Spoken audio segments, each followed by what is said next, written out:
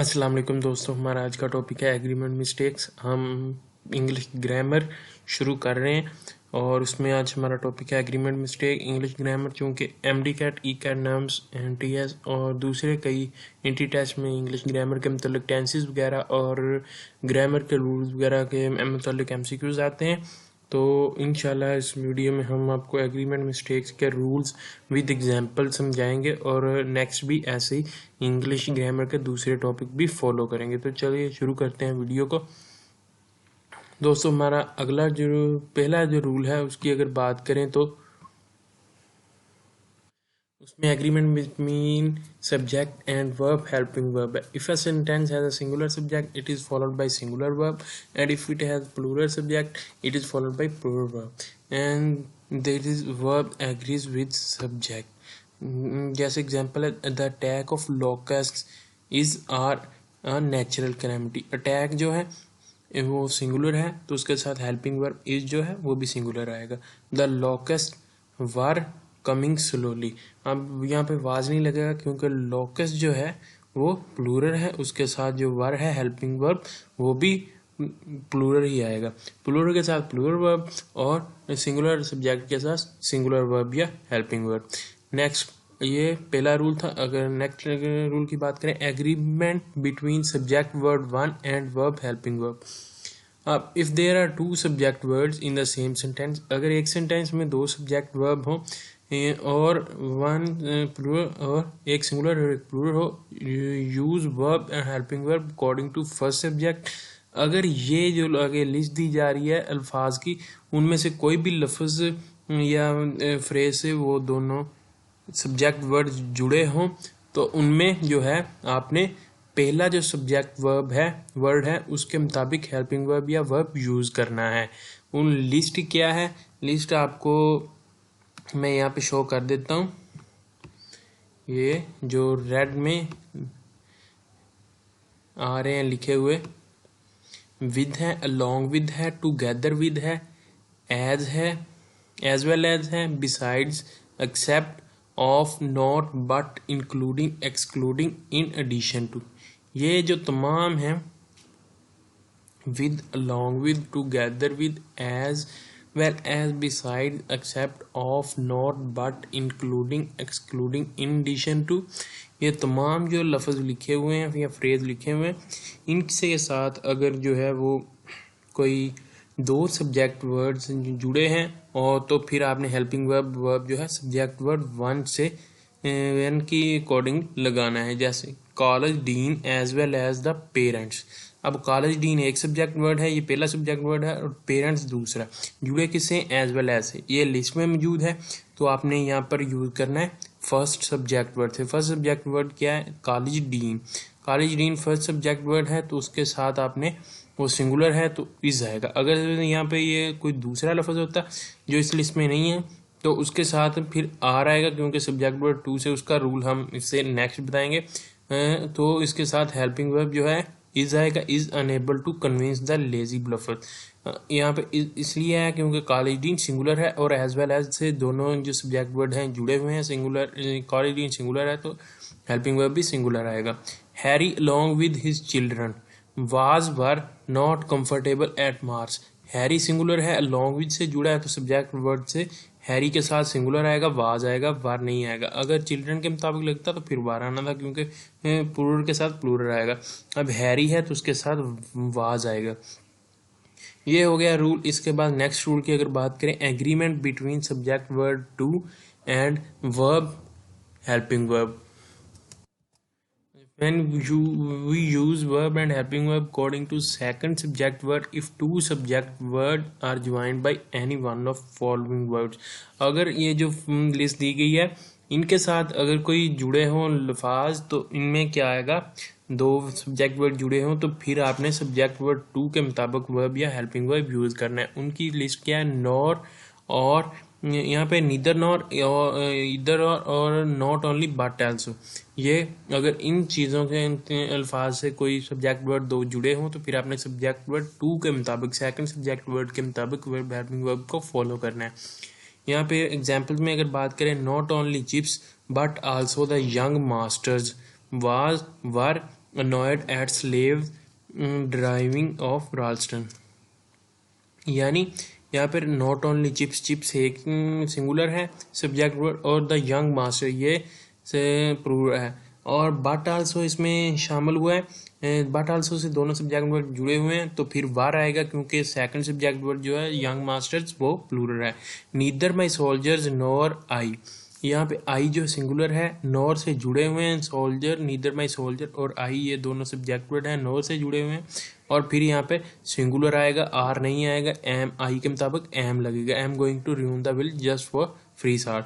इधर the obtuse quake और the camel man, यहाँ पे और से जुड़े हैं, कैमल मैन है या सिंग से प्लूरल है, ऑब्ट्यूज क्वेक जो है वो सिंगुलर है, तो इसके यहाँ पर आएगा आर स्टूपिड, क्योंकि कैमल मैन के मुताबिक लगेगा जो हेल्पिंग वर्ब है, तो आर यहाँ पर आएगा, कैमल मैन प्लूरल है।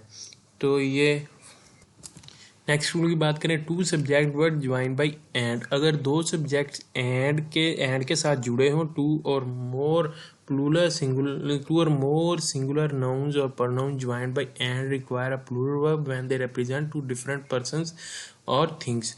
यहाँ है जब कोई दो सिंगुलर वर्ड्स एंड से जुड़े हों और वो अपनी अलग अलग आइडेंटिटी शो कर रहे हो टू डिफरेंट पर्सन्स या थिंग को शो कर रहे हों, तो उनके साथ जो है वो प्लूरल वर्ब या हेल्पिंग वर्ब आएगा। एग्जाम्पल में देखें, fire and water do not agree.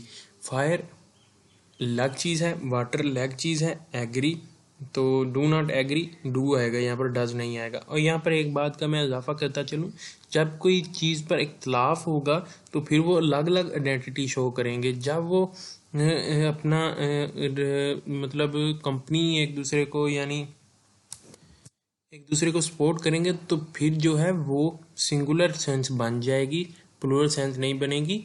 यहाँ पर फायर और water do not agree, agree नहीं है, अपनी अलग अलग आइडेंटिटी शो कर रहे हैं, तो डू आएगा। Gold and silver are precious metal, gold लक्ष्य है, सिल्वर लक्ष्य है, तो आर प्रीशियस मेटल जाएगा।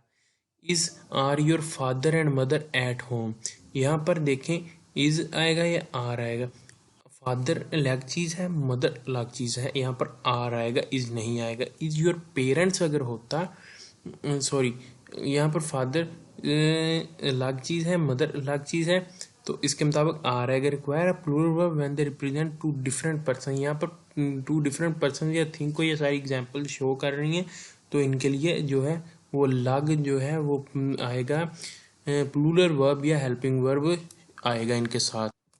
अच्छा जी, नेक्स्ट रूल की अगर बात करें, verb helping verb after who which and that, word like who which and that में be followed by singular verb भी आ सकता है हेल्पिंग वर्ब, या प्लूरल वर्ब और हेल्पिंग वर्ब आ सकता है। इनका रूल क्या है, कब हेल्पिंग वर्ब सिंगुलर आएगा और कब प्लूरल हेल्पिंग वर्ब आएगा।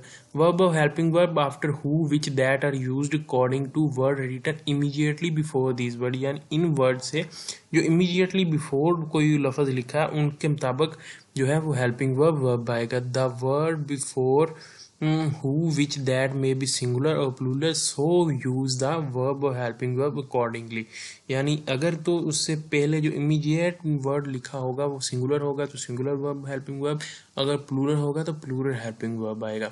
he is one of the bright students who have always done the school work without efforts and diligence. अब हु से पहले द ब्राइट बॉयज लिखा है तो इसके साथ ब्राइट बॉयज प्लूरल है तो हेल्पिंग वर्ब भी प्लूरल आएगा, हैव आएगा, हैज नहीं आएगा। ब्राइट बॉयज की बात हो रही है, हु से पहले इमीडिएट जो लफ्ज़ है वो द ब्राइट बॉयज है तो हैव आएगा। आगे नेक्स्ट अगर बात करें, inspector French was one of the books which were chips mister chips favourite. अब बुक्स आया है तो इसके साथ वर आएगा, विच से जो इमीडिएट बिफोर वर्ड है वो है बुक्स, तो उसके साथ वर आएगा, बुक्स प्लूरल है तो वर हेल्पिंग वर्ब प्लूरल आएगा। नेक्स्ट अगर बात करें रूल की, subject word with confusing S and verb and helping verb, अब जो सब्जेक्ट वर्ड जिनके साथ कंफ्यूजिंग कैसे यानी एस पर ख़त्म होते हैं उनके साथ वर्ड हेल्पिंग वर्ब कैसे आएगा। Some words end at S and because of their ending S these words appear to be plural, यानी कुछ अल्फाज के आखिर पर एस आता है और उनकी इस अपीयरेंस की वजह से वो प्लूरल लगते हैं, अपीयर होते हैं, लेकिन as a matter of fact these words are singular and should be followed by singular verb and helping verb. अब इसकी एग्जांपल्स बात करें, wages of sin is hell. अब वेजेस यहाँ पर एक सिंगुलर आइडेंटिटी को शो कर रहा है, यानी उसका सिले को यहाँ पर शो कर रहा है, तो wages of sin is hell. The United States, ये मुल्क का नाम आ गया, एक ही मुल्क को शो कर रहा है। वाज वर, स्टेट्स आपको लगेगा प्लूरल है, लेकिन यहाँ पर द यूनाइटेड स्टेट्स अमेरिका की बात हो रही है, यूनाइटेड स्टेट्स ऑफ अमेरिका, तो यहाँ पर एक कंट्री को शो कर रहा है। यहाँ पर was the country where Creighton spaceship landed, was आएगा, वार नहीं आएगा। इसी तरह अगर बात करें फिजिक्स, सब्जेक्ट्स कुछ होते हैं, फिजिक्स हो गई, इकोनॉमिक्स हो गया, और कुछ कंट्रीज़ के नेम है, द फिलिपाइंस है, यूनाइटेड स्टेट्स है, इस तरह के जो एस पर ख़त्म होते हैं। फिर कुछ दूसरे वर्ड्स हैं, कुछ इसी तरह वेजिटेबल्स वगैरह के भी नेम शायद हों, तो मुख्तलिफ़ चीज़ों के नाम एस पर अगर ख़त्म होते हैं तो उनका मतलब ये नहीं है कि वो प्लूरल हैं, उनके साथ सिंगुलर हेल्पिंग वर्ब या वर्ब आएगा। दोस्तों इस वीडियो में हमने 7 के करीब जो एग्रीमेंट मिस्टेक्स के रूल्स हैं वो पढ़ लिए हैं, और वीडियो ज़्यादा लंबा ना हो जाए ये लेक्चर, तो इसको यहीं पर ख़त्म करते हैं, और नेक्स्ट वीडियो में बाकी जो रूल्स रहते हैं एग्रीमेंट मिस्टेक्स के और नेक्स्ट जो ग्रामर है उसको फॉलो करेंगे, और उसमें एग्जांपल्स के साथ रूल्स आपको बताएंगे। अगर फिर भी आपको कोई चीज़ कंफ्यूजिंग हो तो आप कमेंट सेक्शन में पूछ सकते हैं, और एग्जांपल्स वगैरह के मतलब या रूल्स के मतलब आपको कुछ कंफ्यूजिंग लगे तो कमेंट सेक्शन में बिला झिझक पूछ सकते हैं। अगर आपको ये वीडियो पसंद आई तो इसे लाइक कीजिएगा, दोस्तों के साथ मस्त शेयर कीजिएगा, और शेयरिंग इज़ केयरिंग। इस वीडियो में इतना ही, मिलते हैं एक नई वीडियो के साथ। अपना बहुत सारा ख्याल रखिएगा, दुआ में याद रखिएगा। तब तक के लिए अल्लाह हाफिज़।